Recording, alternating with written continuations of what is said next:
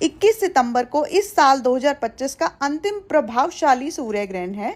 तो इस दिन सर्वपितृ अमावस्या श्राद्ध भी है। 21 सितंबर 2025 की रात को सूर्य ग्रहण होगा, परंतु भारत पर इसका कोई प्रभाव नहीं पड़ेगा क्योंकि भारत में उस समय रात होगी, तो भारत के लोगों को घबराने की जरूरत नहीं है। इसके अलावा दूसरे देशों जैसे दक्षिण अमेरिका, ऑस्ट्रेलिया, न्यूजीलैंड जैसे कई देशों में ये अपना प्रभाव दिखाएगा।